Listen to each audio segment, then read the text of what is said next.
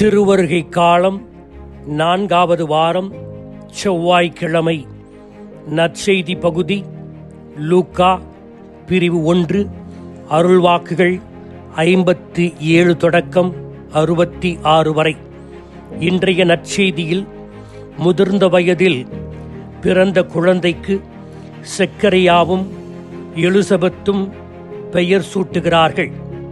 பண்டைய காலத்திலிருந்தே யூதர்களுக்கும் சரி, மற்ற கலாச்சாரத்தை சேர்ந்தவர்களுக்கும் சரி, குழந்தைக்கு பெயர் வைப்பது என்பது மிக முக்கியமான சமய நிகழ்வு ஆகும்.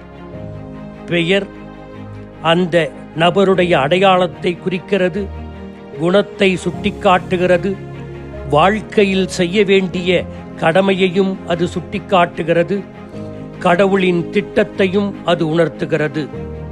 எடுத்துக்காட்டாக, கன்னியின் கருவில் வளரும் குழந்தைக்கு இயேசு என்று பெயரிட வேண்டும் என்று சொல்லப்பட்டது. இயேசு என்றால் கடவுள் மீட்கிறார். இதுவே இயேசு மனிதனாக பிறந்ததற்கான கடவுளின் திட்டமும் நோக்கமும் ஆகும். அதாவது, நம்மை பாவம் மற்றும் மரணத்திலிருந்து காப்பாற்றுவதற்காகவே, மீட்பதற்காகவே இயேசு பிறந்தார்.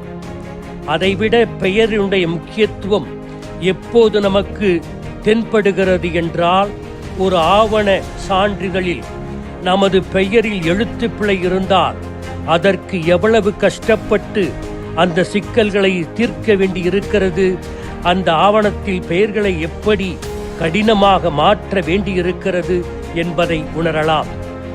கப்ரியேல் வானதூதர் அறிவித்தபடியே குழந்தைக்கு யோவான் என்று செக்கரியாவும் எலிசபெத்தும் பெயரிடுகிறார்கள். யெகோனானன், யோவான்.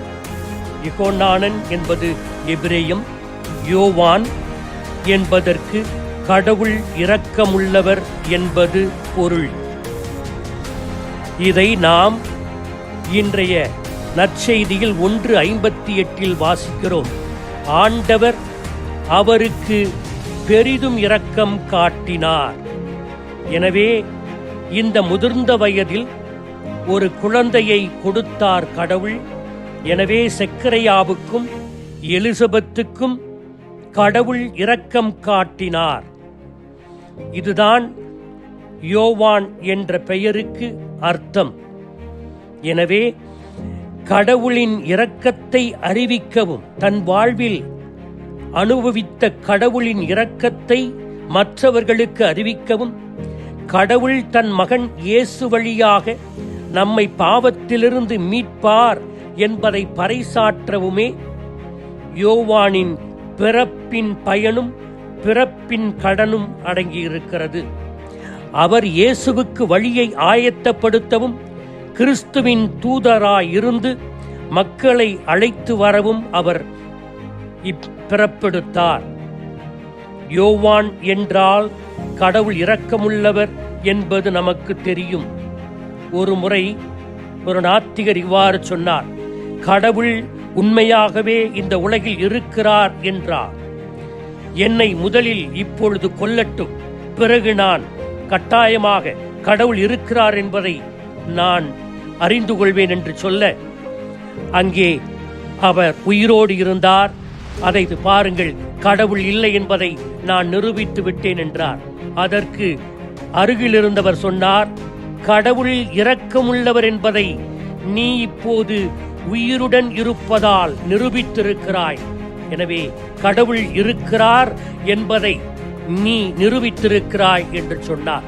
எனவே பெயர் வைப்பதை நாம் இன்று சடங்காக மாற்றிவிட்டோம். நம்முடைய கலாச்சாரத்திற்கும் நம்முடைய பாரம்பரியத்திற்கும் ஏற்றார் போல பெயர் வைப்பதை விட்டுவிட்டு, புரியாத பெயரை வைத்து அதில் புலங்காகிதம் அடைகிறோம், பூரித்து போகிறோம். என்னவென்று அர்த்தமே தெரியவில்லை அந்த பெயருக்கு, ஆனால் நாம் அதிலே குதூகலம் அடைகிறோம்.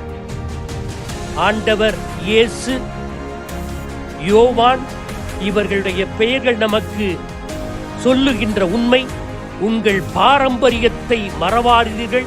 உங்களுடைய கலாச்சாரத்தை தூர எறியாதீர்கள். அதனை நீங்கள் காப்பாற்றுங்கள். கடவுள் எல்லாவற்றையும் மீட்டு தந்திருக்கிறார். எனவே உங்களுடைய பெயர் வைப்பதையும் கலாச்சாரத்திற்கு ஏற்றார் போல, உங்களுடைய பாரம்பரியத்திற்கு ஏற்றார் போல வையுங்கள் என்று கூறுகிறார். அதனை நம் வாழ்க்கையில் செயல்படுத்துவோம். ஆமீன்.